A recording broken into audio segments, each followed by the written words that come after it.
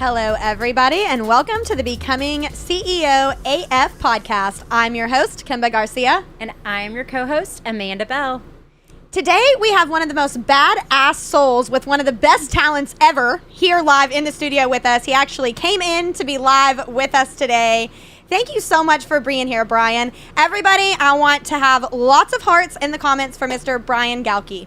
Thank you for having me. It's always way more fun to do in person, right? Everybody, like, in a screen can only do so much. This is way more fun. We got to interact. We got to meet everybody. So, yeah.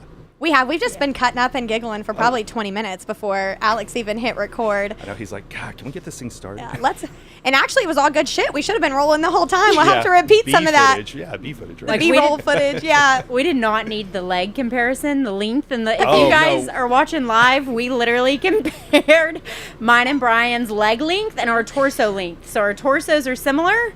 Right. He got a lot more leg in this Earth lifetime of Brian his. Brian is tall. How tall are you, Brian? I'm 6'2", but when I sit down, I look like I'm 5 foot. That's the whole Perfect. problem. Brian and I are similar in that we're both all leg and not a very tall upper body. Yes. So I'm just here for the smiles.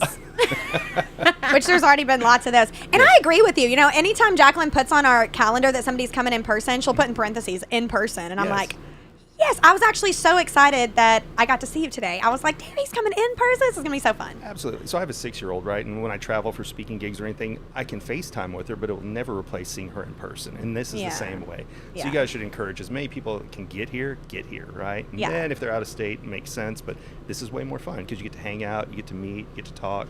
I agree. Yeah. 100%. So you guys, I did not know that when Brian stepped foot inside this trailer that he specialized in reading facial features. Yeah. So he was already reading us before. We didn't even know. So now I'm sitting here trying to keep the most straight face as possible. But you guys already know I naturally sit with a smile most of the time. So now I'm like, no, Amanda Bell, you're going to let him read that face, sister? Let him read that face. Well, here's the best part. It's resting facial features. So it doesn't matter what you're moving. That's have you ever seen the show Lie to Me? No. Oh, watch it. It's on Hulu. It's an amazing show, but that's about Paul Ekman. And that's like micro expressions, which is like body language for the face. What I was taught and what I'm going to talk to you guys about today is decoding resting facial features. So I can already just look at a picture of you and it's already done. So like everything you guys have been posting from your recent trip, I can just go look at those pictures and we'll talk about that later. So it's resting facial features. I don't have to wait for you to move. I can actually stalk people ahead of time and figure out if I know who I'm going to meet with, how do I need to change or alter my presentation to speak their language. Brian.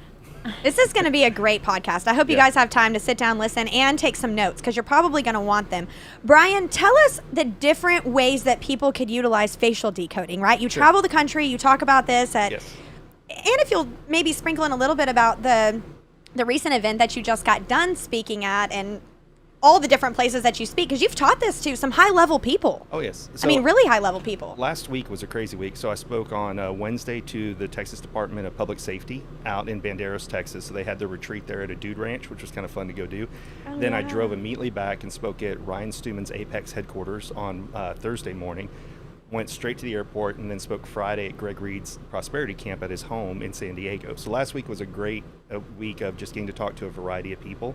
So hung out with Steve Sims, Greg Reed, Ryan Stewman, and then public officials because this skill is a universal skill. Much like body language, you asked where can it be used? Professional life for sure. It can enhance and deepen existing relationships and can be used for brand new ones. So networking events where you can't prepare ahead of time. And even during the pandemic, I created a dating course for it because I was so tired of people sending me pictures going, what does their face say? What does their face say? So I just created a super simple one. It's lookingforloveandallthewrongfaces.com. Oh my gosh, that is so cute. Or areyouswipingrght.com, right? So I love that. Areyouswipingrght.com and what was the first one? lookingforloveandallthewrongfaces.com. Yes. I'm going to have to go check that out. That's fun. Same. Well, it's just, I want to be able to help people. So you've got the book there. In 2010, I randomly met my mentor, Mac Fulfer, and it was all by fluke circumstance. A friend of mine was coming into town. She said, hey, let's go to dinner. I showed up to the dinner spot. She's like, I'm not going to make it. I'm like, oh, here we go. She's like, no, you need to come meet this guy. And I said, well, why do I need to come meet this guy? She goes, because he reads faces. I'm like, oh, yeah, let me rush over there for that. And I went with the biggest chip on my shoulder because I had plans. I was there, and this guy altered that, right? He derailed my plans. So I went over there to go blow holes in the guy. I thought, this is bullshit. So I hope I can cuss. Okay. And so I went over there, and I sat down. I was guns loaded. This guy's going to say generic statements like, oh, you've had a hard time in life, or somebody whose name starts with M, Mom, Mary, you name it. Yeah. And so I thought it was going to be showmany or gimmicky, and instead I sat down, and he dissected an entire table full of people, including me, to a T, and I was instantly hooked. So the book you have there was the one I bought in 2010. That's why it's in such ragged shape. And actually appreciated that about it. I was like, this book has been used and studied. Oh, yes. And it shows, which And I love. he lives here in Fort Worth, so I would drive from Dallas to Fort Worth Oh, twice a wow. month to spend 2 hours with him and his assistant at the time, and he would do a group training course. And then in 2012, I got certified, and this is the number one skill. It's a skill, but it's the number one skill that took me from being an introvert on the help desk to being a regional vice president of sales, because when you learn to focus on other people, you get out of your own way. Yeah. I love that. Can everybody write that down? When you focus on other people, you get out of your own way. Have you guys ever That's so read beautiful. Man's Search for Meaning by Viktor Frankl? I have No. not. Oh, okay, read that book, because that's what the entire book's about. The first half, it's a horrible story about a guy that went through a concentration camp, but the second half of the book is the philosophy he learned out of it. And just kind of Cliff Notes version was the people who survived the longest in a concentration camp were the ones who said, I want to see my wife again, I want to see my parents again, I want to see my kids again, versus somebody just saying, I'm going to survive this. So human nature is when we want to help other people, we end up helping ourselves at the same time. Absolutely. Yeah. That is so beautiful. So how long so you got certified in 2012, so you've been doing this for 11 years? I did, but I used it for personal gain. And then what happened is I left corporate America, and I knew I wasn't happy doing what I was doing. I had the golden handcuffs, I made really good money, and I hated every day of it, right? Pavlov's dog, my computer, when I opened it up, an email would come in, I'd be like, oh, what's going to go wrong now? And what I found, what made me happy, was teaching people a skill. So ironically, I went on a date in 2012, and a girl asked me, what do you want to do? And I said, I'd love to travel the world and teach people something. And here I'm getting to do it now. So That's amazing. it's so much fun because I love to travel, right? And then when you leave people better than the way you found them, it makes a world of difference. And it doesn't matter if you're providing a product, you're providing a service, or you just saw somebody who's having a shitty day and you make their day better. All those things are important. It feels good. Oh my God, yes. Like we have very similar passions. We love to travel, and everywhere we go, we have the intention to raise the vibration, right? Absolutely. Wherever we are. Just go be love. Well, Just go be love around the world. A I perfect love example, I saw you guys post about helping out the guy that ran the gym when you guys were on vacation because he wanted to learn how to get in shape like y'all. You Yeah. could have just said, we're on vacation, this is our time. Instead, you guys took the time to help that guy improve his life. You didn't have to do that, right? Yeah. But Yeah. it's a good reflection of who you guys are. Yeah, love that. I love that, Brian. So can we dive into some reflections on who people are? Do you want to? Absolutely, yeah. Do you want to jump into facial decoding and Yeah. teach us? So before Alex hit record the magical record button over there, Brian started dissecting. Is that the word for it? Decoding. Yeah, Decoding. dissecting, Amanda and I, analyzing, you name it. and was already telling us things about ourselves that were spot on. We're spot. Yeah. So I've already learned a ton. So where do we start on that for our listeners on like facial decoding 101, guys? Y'all ready? Yeah, so we'll talk about it and we'll describe the features at the same time for anybody who's listening versus able to watch it, right? That's perfect. So the number one thing I'm known sometimes as the eyebrow guy because I teach eyebrows, but the reason why is twofold. One, they're easy to see from far away. Number two, eyebrows lead to eye contact. And so that's the first thing. If I'm doing a keynote and I want somebody to walk away with a skill, eyebrows are the number one thing I teach. I love that. And it's because, look, we spent 2 years away from people. We had, our body language got crappy. Our ability to have face-to-face communication got crappy. This device made us smarter, but disconnected us at the exact same time because people went to, oh, well, I'll just shoot them a text or an email versus having face-to-face communication, right? So the reason I like eyebrows, like I said, it creates that, number one, I get credit. Even though I'm looking at your eyebrows right now, it feels like I'm looking you in the eye, right? I thought we just had a deep eye contact. And that's why the skill works. And so it's great because in a day and age where we're easily distracted, it helps you focus on the person you're talking to. So we talked about eyebrows, and we mentioned this before we hit record. We talk about faces in our everyday language. So we say things like, do you guys watch comedy movies? I do. Yeah. Okay, there's highbrow humor and there's lowbrow humor. So highbrow humor is when you tell somebody a joke and they have to think about it. And then lowbrow humor is Jackass or Three Stooges where you immediately laugh. So when you look at someone, the higher their eyebrows are, the more time they need to make a decision. So when you're talking to someone, you guys are familiar with the roofing industry. Yep. So a lot of people love the one call close. But if somebody has higher eyebrows, they need time to make a decision. So if you imagine data running down somebody's forehead to get into their eye, the higher the eyebrow, you can only go so fast. You have to go over the speed bump, and then you can try and speed back up. So when you see somebody who has higher eyebrows, you know they need time to make a decision. If you force them into a one call close, or you force them to make a quick decision, they're going to have buyer's remorse, they may back out, and they damn sure will never give you a referral. So you made the sale, but you didn't get a customer. Does that make sense? 100%. Yeah. But if they have lower eyebrows, that's like lowbrow humor, Three Stooges or Jackass, get to the point as soon as possible. So the closer somebody's eyebrows are to their eyes, the faster they want you to get to the point. So if you have 30 minutes on their calendar, if you can get to the point in 5 minutes and let them ask questions, they're going to love you for it instead of taking up all their time. Sweet. Yes. I'm so excited to try this in real life. Oh, it's a game changer. It's the first skill. I grew up as an introvert, and so what does every good introvert do? They pick up books to figure out how to talk to people. So I read NLP books, statement analysis books, body language books, but those are all reactive skills, meaning I have to wait for you. Oh, you got your hands crossed, your arms crossed. What does that mean? But faces, you can look at while you're walking up to somebody, or you can go to LinkedIn or social media and figure out who they are before you ever meet with them. So you feel like you're meeting with a friend instead of somebody brand new. I love that. Because I'm the worst. Jacqueline and Kimba make fun of me because I'm the worst at being able to tell where somebody is in a quick glance, like Sure. surface level, if you will. Yes. Now, granted, I can usually feel that intuition Right. at a deeper level. Oh, there's something sitting heavy maybe today, or oh, there's something they're about to get through. I can feel it. They're almost there. Right. But to know where you're at in the current moment, like if a presentation is going on, we had a client bring something up at one of the summits that Kimba and I were speaking at, and we left the summit, and I'm like, oh, everybody's ready to rock and roll. It's go time. And Jacqueline and Kimba both looked at me, and they're like, well, so-and-so actually felt a certain way about this piece of it with another situation going on. And I was like, I missed that entirely. And I think he literally like raised his hand and vocalized it. And Yeah. I took it as the most positive. And when really he was trying to give maybe a little bit of feedback in a different direction. And I'm just like, way to go, everybody. Crushed it. Yeah. And that's human nature, right? That's the problem with text messaging is we read it through the way we're thinking in that moment. So if you were all excited, you were jazzed up on stage, you saw it as positive feedback, but the other people in the room picked up that, oh, no, that's not where it is.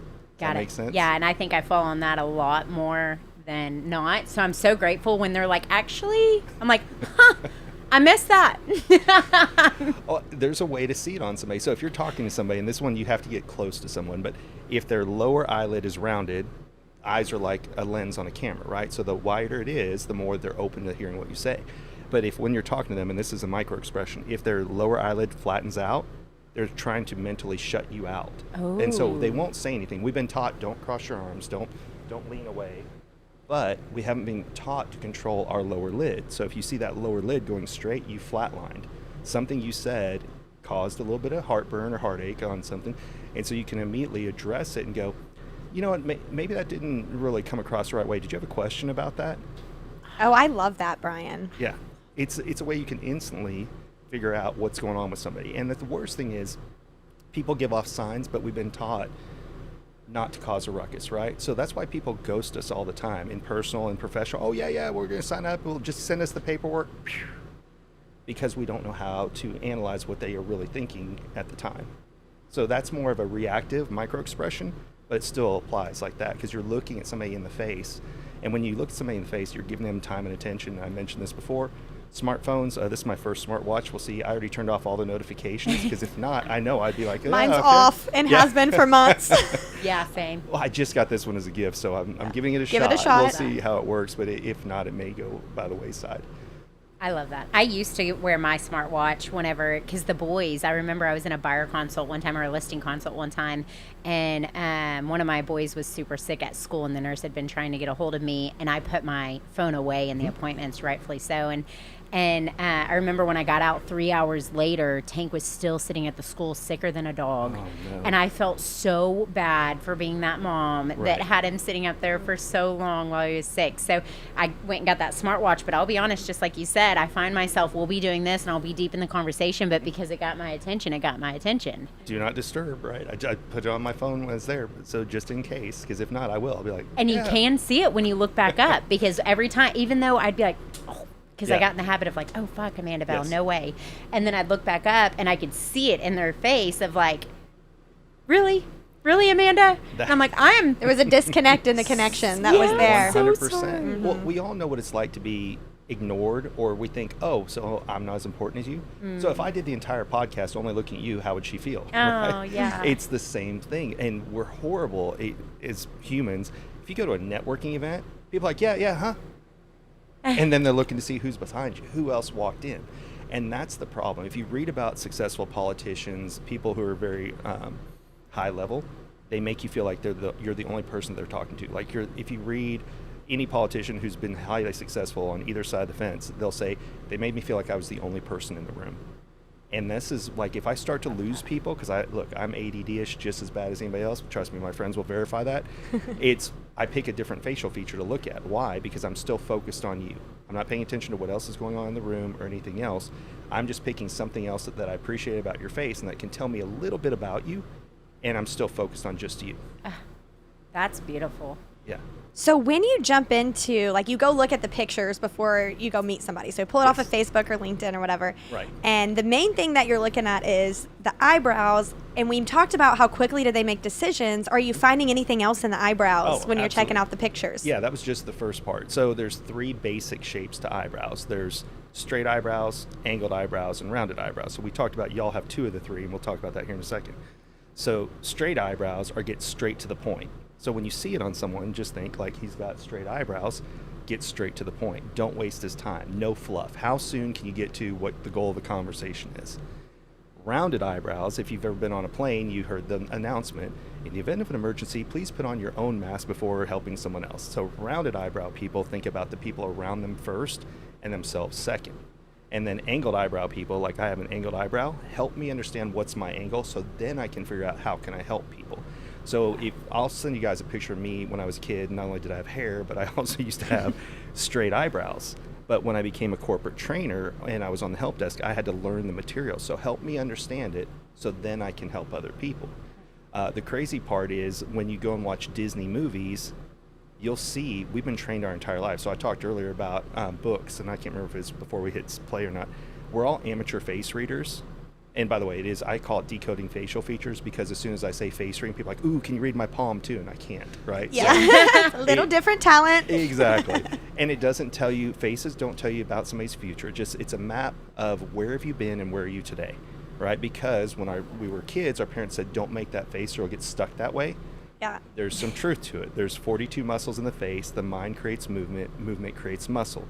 No different than we've all met the person who only does upper body and never does squats. Yep.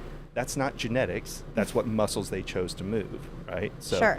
Going back to the eyebrows, so when you meet somebody who has straight eyebrows, you get straight to the point. So let's give me an example of, like, you want me to talk about what industry y'all in, or just pick any industry? Yeah, roofing's great. Roofing's great, okay. So if you go and you knock on someone's door and they have straight eyebrows, you want to get straight to the point. Facts, figures, data. Here's how much it's going to cost. This is how long it's going to take. Here's the interest rate if it's there.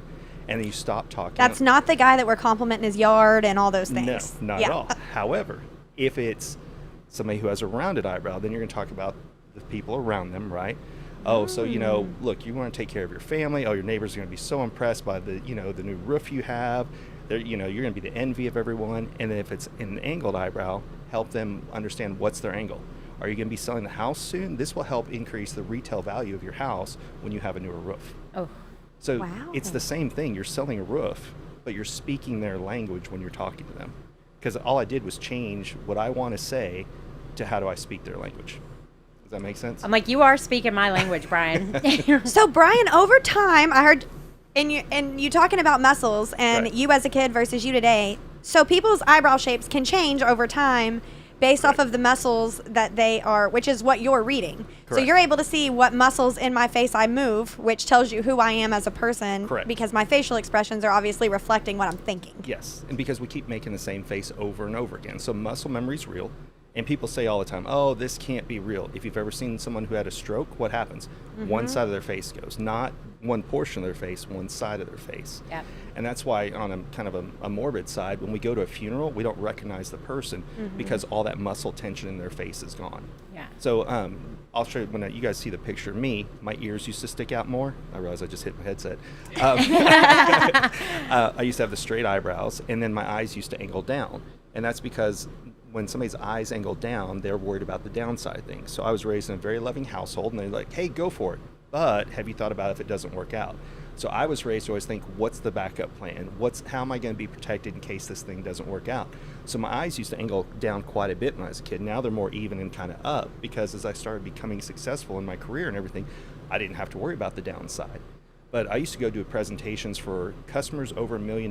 Me and 2 other people were flown all across the U.S. to give these presentations. So even though they had account managers and regional vice presidents over that area, we were brought in as the experts. And immediately I'd go in and look, and if their eyes angled up, I knew they wanted to hear the upside of things. What's the features, the benefits, you name it. If their eyes were even, they want to hear both the pros and the cons. And if their eyes were angled down, I let them know that we covered the downside. So I'd say, hey, this isn't the first generation of our product. This is actually the 3rd generation. And the reason why is because this, and this. And that let them know that we thought about the downsides that could potentially come. A big one in, just kind of similar to your industry, solar. So a downside is, well, you're going to put holes in my roof, right? That's a pretty common thing that you hear. So you address that ahead of time in your presentation. Say like, hey, I know one of the things that people are often worried about is this going to damage my roof or do more damage to my home by putting this on there? So you're addressing the downside that they're concerned about, and then you can turn it to the upside afterwards. I love that. I'm like, which way do my eyes go? Yours are up. So, I think yours are up. So when you talk, and yours angle up as well. So when you meet someone whose eyes angle up, you come in with a lot of negativity, they mentally shut down and just block you out. Like Oh, they'll I listen will. to you. I will too. Yeah. So you have to use a sandwich technique. If somebody's eyes angle up, start with the good side, work your way to the downside, and then come back up to the upside. A love sandwich. Yeah. That's what we Yes. call a love sandwich. A love sandwich, At there you CEO, go. yeah. Yeah, Actually, like you do. we do very intense training on how to formulate the proper love sandwich when you're communicating with people. Well, I Because love some that. people need it. Now, people with Yeah. a larger chin, so we say take one on the chin. It's not just a boxing term. The larger the chin is, the less you have to walk on eggshells.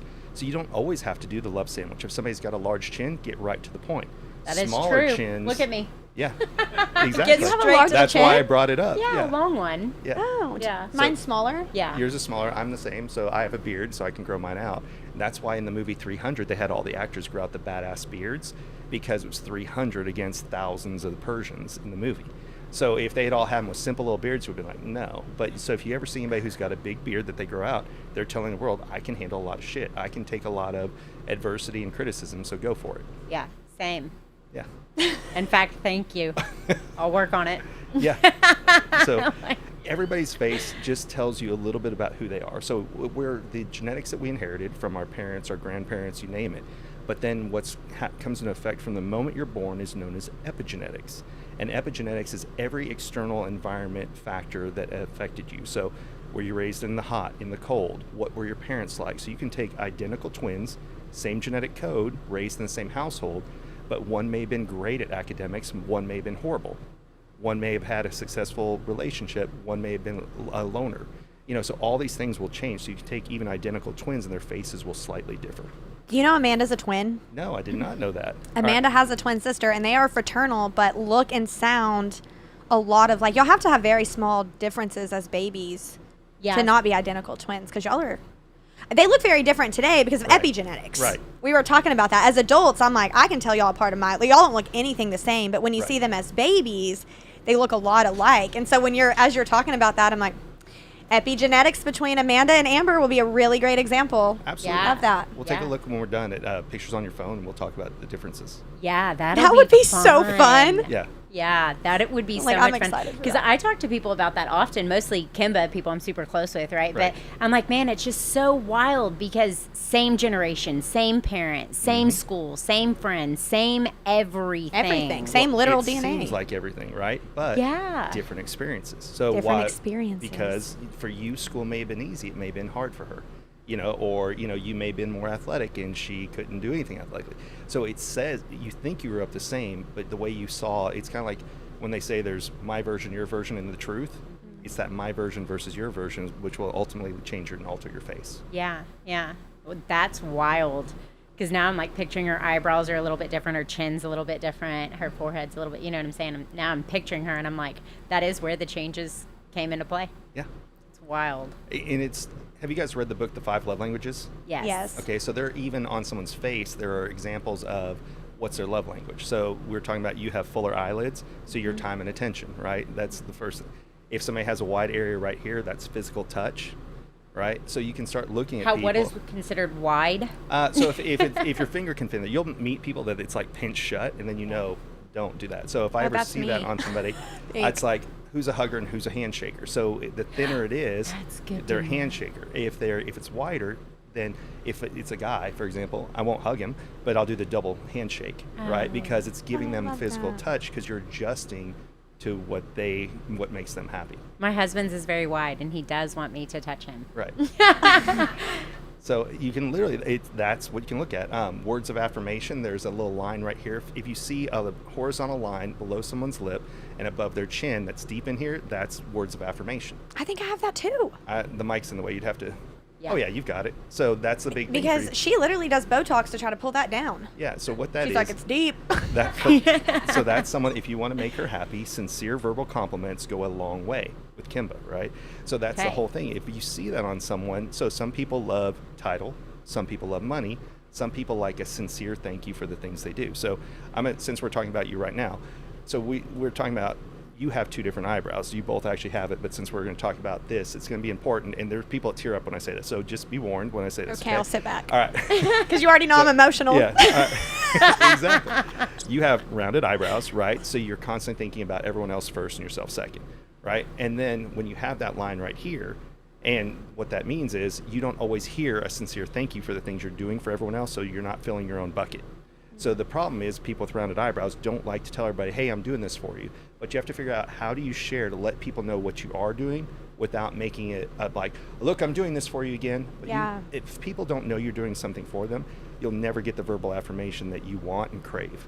Does that make sense? It does. So you can share, you don't have to tell them everything you're doing, but it's okay to let people know that sometimes you're doing things for other people. I love that. And when you do it, that's what will fill that line right there. So if you, next time you see her, and you see that little line, sincere thank you, not hey, thanks. Hey, I appreciate this certain thing that you did, and that's what makes somebody happy like that. That does make me so happy. And it's funny because the people close to me do know. Amanda will actually tell people, if you ignore Kimba, it will hurt her feelings. Oh, yes. And you know, it's a little sting a little bit, right? Because I'm Right. like, no, it won't. But then I'm Yeah. like, yes, it will. If you ignore Kimba, it will absolutely hurt my feelings.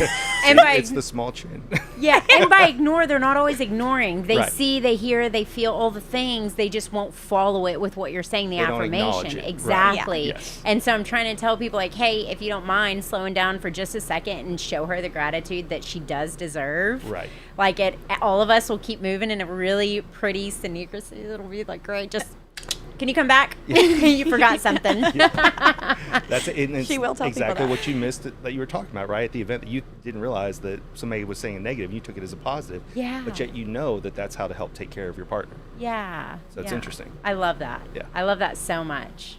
I'm like, what else can we look at? What are these lines? So these are disappointment lines. It's how tough has your upbringing been. Now, Okay. we're all a little two-faced. So, and what I mean by that is there's two sides of our face. There is the personal side, which is our left, Okay. and there's the professional side, which is our right. An easy way to remember it is if I say, hey, are you married? It's a personal question, Yeah. right? Where's your wedding ring? On It's your on left the left hand. hand in the U.S. Now, if I'm talking internationally, then we have to change it up because in a lot of other countries they wear it on the right. So I'll say in the U.S. we wear our wedding ring on our left hand. So if you're ever thinking, which side of their face am I talking to? Just think, are they married?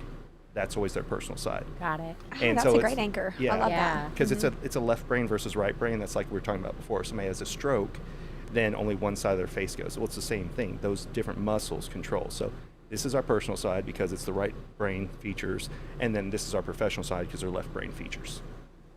Nice. Yeah. Makes a lot of sense. Yeah. So these are the upbringing lines. And then before I think Alex hit play, you were talking about. I'm going to go back to because it sounds Sure. complimentary. Oh, the cheeks. Yeah, about he said we have actress cheeks. Yes, right? movie star cheeks. Movie star cheeks. Yes, star and cheeks. the easy way to remember that is early on in film and television, they didn't have as much CGI and all these ways to make people's faces stand out. So they looked for actors and actresses who had high and wide cheekbones because the light reflecting off of them is what got them the stage presence they looked for. And so what happens is when you have that, when you walk into a room, what do? You get that stage presence. However, that also brings disdain from people at the exact same time. So anybody who has them that when they smile, it almost looks like golf balls in their cheeks, Yeah. right?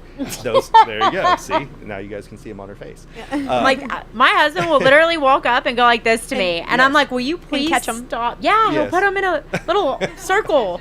And I'm So like, those are known as movie star cheeks. And so what we're talking about is it does get you attention when you walk into a room, which is a powerful thing. But it also brings disdain from people who felt like, oh, you took my power away. And so what you have to do is you have to figure out how to share some of that attention back to them in their mind.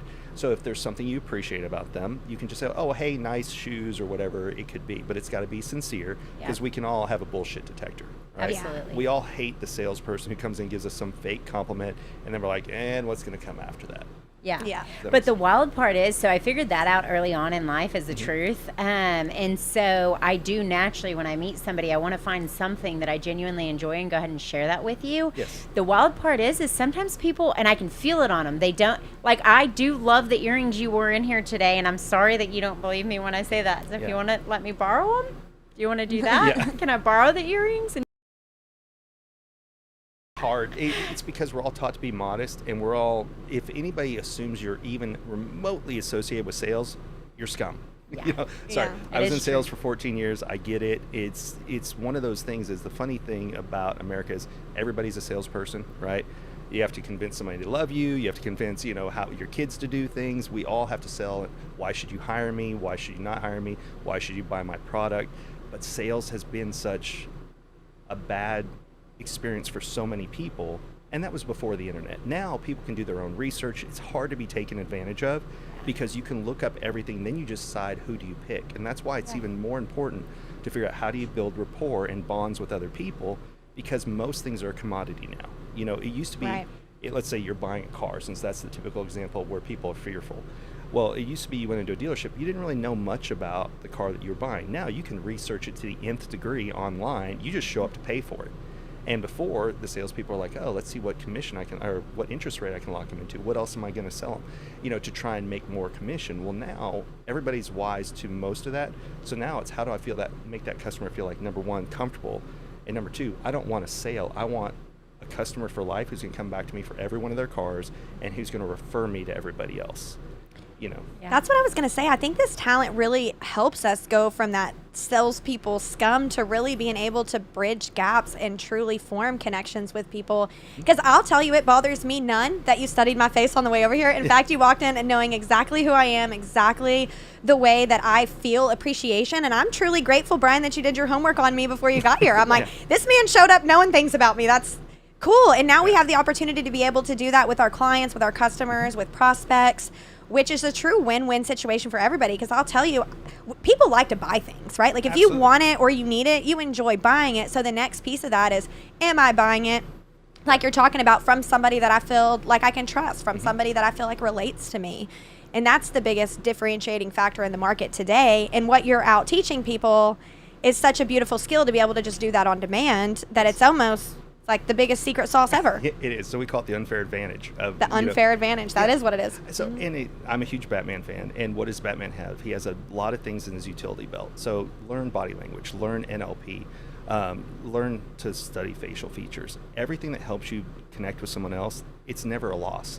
Because even if you're not using it for sales, you can use it in life. Yeah. There's Kimba, fun fact one, I'm an NLP practitioner. I did Are you? get certified in that So a couple am I. years ago. Yeah. So, I'm not a big fan of the eye acuity. I do like the idea of knowing, is somebody visual, are they kinesthetic, are they auditory? Sure. But you can also look at someone's face and see that. Now, obviously, you guys have headphones on, but you can look at for proportion for their face. They have large ears or small ears.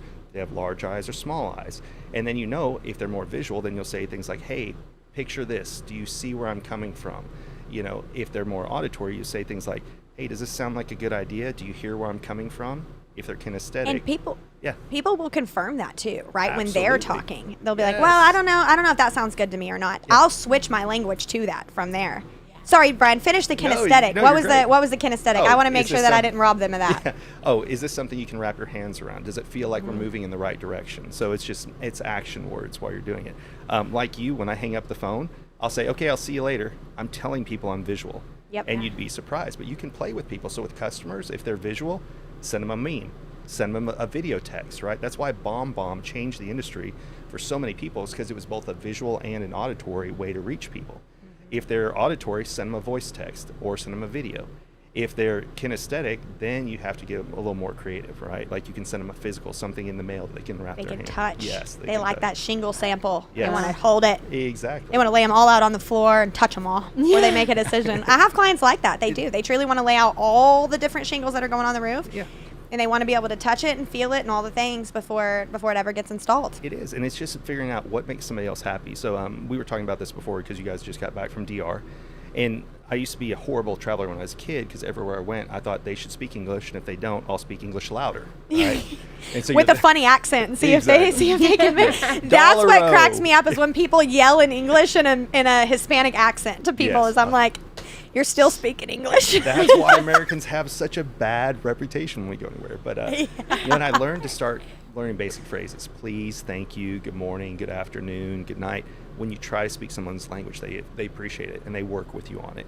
And so there's 4 basic human needs, and that is physical safety, emotional safety, people want to feel seen and heard, and lastly, people want to feel connected.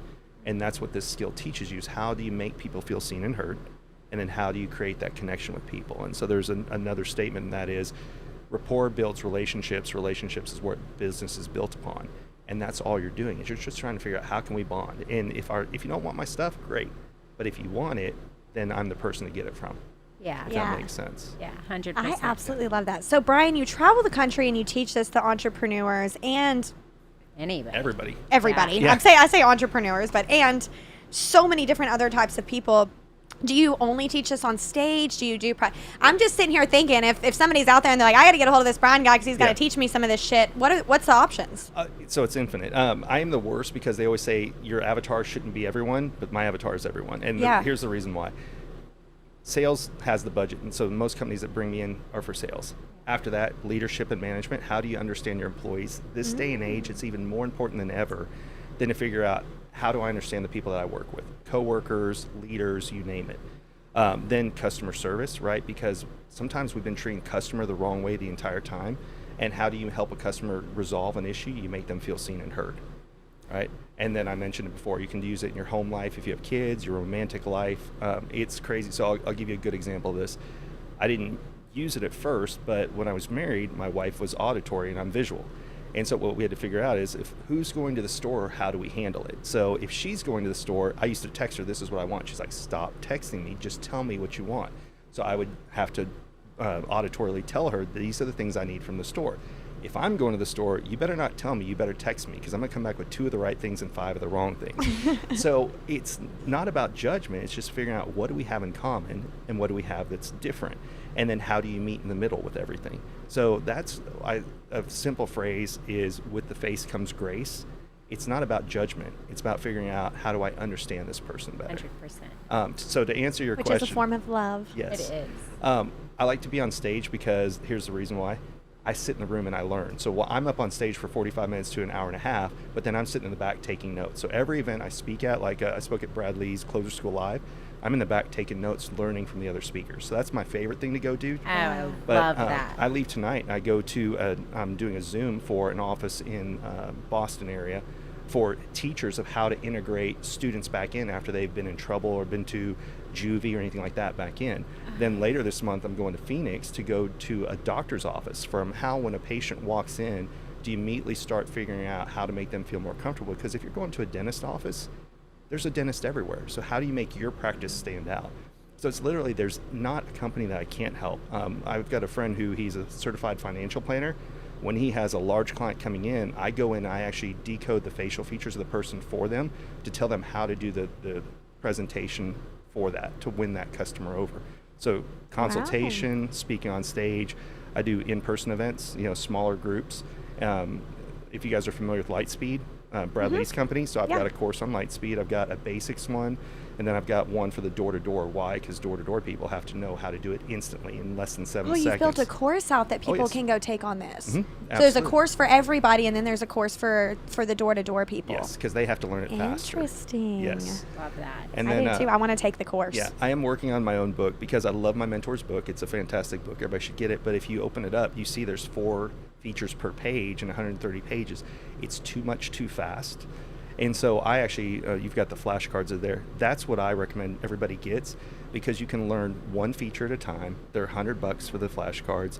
You pick one feature, you memorize it. And just like when we were kids, right? You had your math book, but if you were studying for a test, you created flashcards. Yep. Flashcards are what really helped me get it, because there's also arrows on there that show where the features are. And the long-term goal is to turn that into an app so that people can use it on their phone when they're driving around.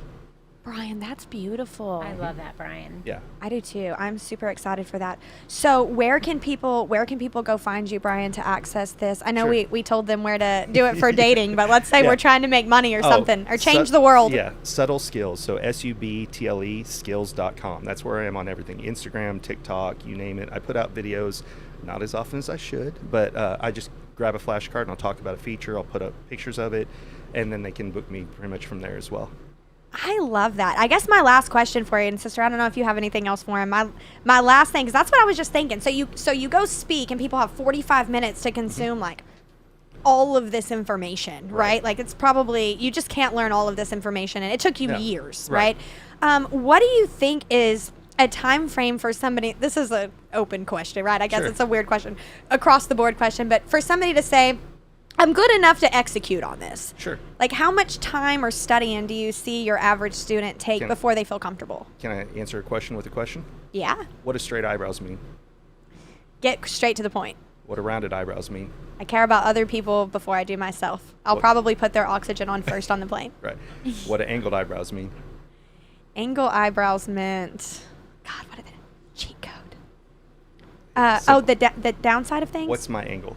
Right. Oh, what's my angle? Angled eyebrows, or what's my angle? Help Angled me understand. eyebrows, Right. yes. So you could leave here today and immediately put it to use. Me. I'm going to put it on you first, or I'm going to put it on me first. Yeah. Yeah. Angle means I'm putting it on me first. Right. Yeah. What's my angle? Help me understand so I can help other people. So it's kind of a trick question, because you can, as soon as somebody watches this podcast, they can already understand a little bit. It's mastering it is what takes a year or two. Yeah. But you can just pick a feature. So what I do is I have my favorites, which are eyebrows, eyelids, upper lip. Those are my bare minimum 3, and it tells me a good 40% of how to talk to someone. Okay. But every single feature means something. What are the upper lips? So I know the touch. Right? So when I say we talk about faces all the time, if I say, hey, keep a stiff upper lip, what does it mean? I don't know. Like, don't cry. Don't cry, don't show any Tough it emotion. out, yeah. Right? So if you see somebody who has a flatter upper lip and you start asking them a lot of personal questions, they're going to feel like, whoa, you're in my space, man, back up. So when somebody has a flatter upper lip, you can actually talk about their external world or keep it transactional until they mention something about their world. And I know, let me beat everybody to the punch. Well, what about lip injections? That's the reason it's the number 1 plastic surgery right now, is because people want to have a fuller upper lip so they feel more approachable. And this shouldn't surprise people, because women have been doing it for centuries of drawing lipstick bigger than their lips actually are. Yeah. Mm-hmm. So what is a flat upper lip? Because I have that little crease, but I have a small lip. You have the Cupid's bow. So a Cupid's bow is a subconscious sign that says, listen to me when I talk. That is genetic. You can't force that in there unless you have your lips done. Yeah. But that's not a muscle feature. That's a genetic feature that's called I'm drawing a blank on it, a consensus builder. So I will tell guys, like, if they have a beard like I do, trim it, especially if you have an arrow in your upper lip. So it's a subconscious sign that says, listen to me when I talk. So when you're giving a talk or presentation, highlight that. Oh, wow, Amanda, highlight that. Mm-hmm. I'm like, people do listen when I speak. Yes. Yeah. They don't have a choice. It literally is. I mean, that's why, look at red lipstick, right? It's been around. Like, people have always liked red lipstick. Yeah. That's the reason why. Yeah. Because what do? They draw in that bow. So red lipstick on stage and highlight the arch. Exactly. Okay. Yes. The next pictures you see of us on stage, Brian, when we got these bright-ass red lips. Exactly. I'm going to tag Brian. Yeah, we're like, Brian? The whole rest of the world's going to be like, what's... Kim and Amanda are like this, tagging Brian. I'm going to be holding my cheekbones. Yeah. So it's fun. So to answer your question, I know that was a long way, is there's multiple ways that people can take the information. The flashcards are what helped me because what I did is, like, you guys are really good friends. I gamified it with a buddy of mine. We bought some flashcards and we'd go out and be like, all right, who's got this? And we'd go to a restaurant and figure it out. Right? And then that's a good way to learn. Now, and I usually start my presentations off like this, but I'll say, hey, do you guys want to learn how to get free food and drinks, how to get an upgrade in hotels or airplanes? Because all of a sudden everybody's, oh, let me pay attention. Yeah. Practice on servers. So if you guys went and you're like, hey, I learned this from this guy, Brian. I don't know if he's full of shit or not, but this is what I learned. Can I ask you some questions about your face? Then what are you doing is, number one, you're giving attention to servers that everybody else ignores. Yeah. Number two, you're teaching them a skill that they can make more money. Next thing you know, they bring over another person, and then they bring over another person. They're like, can I get you a drink? Can I get you anything? Well, I'll take because they're like, read my face. I'll buy you a beer. Oh, absolutely. I love that. I do too. So practice on the people that everyone else ignores. And if you get a benefit out of it, it's a bonus, right? Sure. But people treat servers like crap, especially now. They're like, the service here is horrible. I'm like, yeah, because only half the people showed up. Why don't you be nice to the people who are here? I waited tables as a kid. You know, as a bouncer, bartender, bar back, you name it. So I have a respect for that level.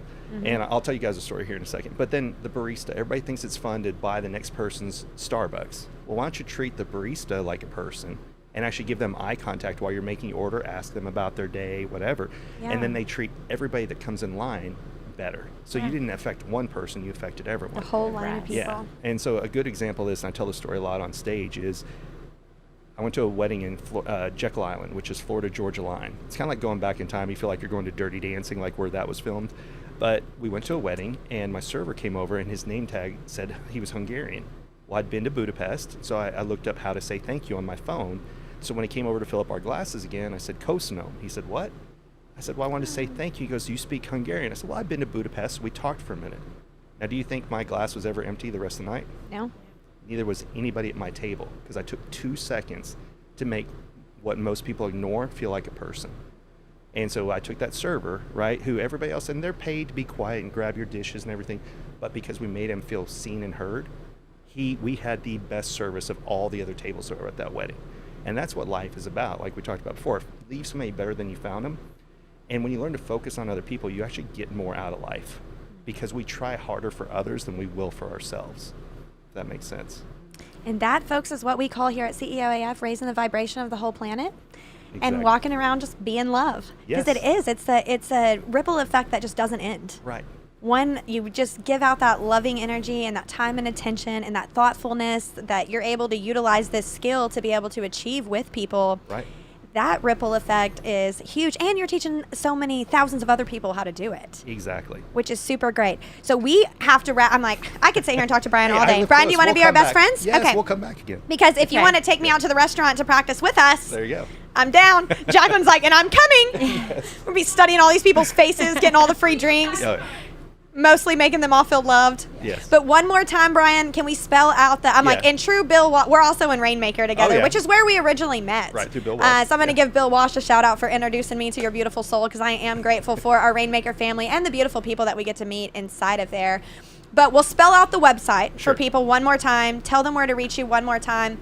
And guys, this was fun. This podcast was fun. It's interesting. It had executable advice that you can literally just get out there and start practicing today to not only make your life better, but to spread love to others, which is absolutely incredible. So thank you so much for this, Brian, because I know you have spent years in not only research, but also practice and consistency and Right. being able to know what you know today and who you are today to be able to come share that with us. So Thank you. so much Thank y'all for having me.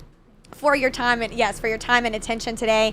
And guys, I say all that to say, share the podcast. You know what I mean? Like, don't be selfish with it. Share this podcast, because this is one of the ways that you can be part of that ripple effect that we're talking about. Mm-hmm. Just sharing something like this on social media is one of the ways that for free 99 today, you can be love. You can get information out there that changes people's lives. So hit the share button. And then if you want to connect to Brian one-on-one, tell him how, Brian, Sure, one more it's time. Subtle skills for everything. So that's SUBTLESKILLS. So subtle skills. I even bought some of the ways to misspell it because nobody can spell Just subtle. in case. But like the word subtle, meaning that, and the reason for the name of the company is because you don't have to tell anybody what you're doing.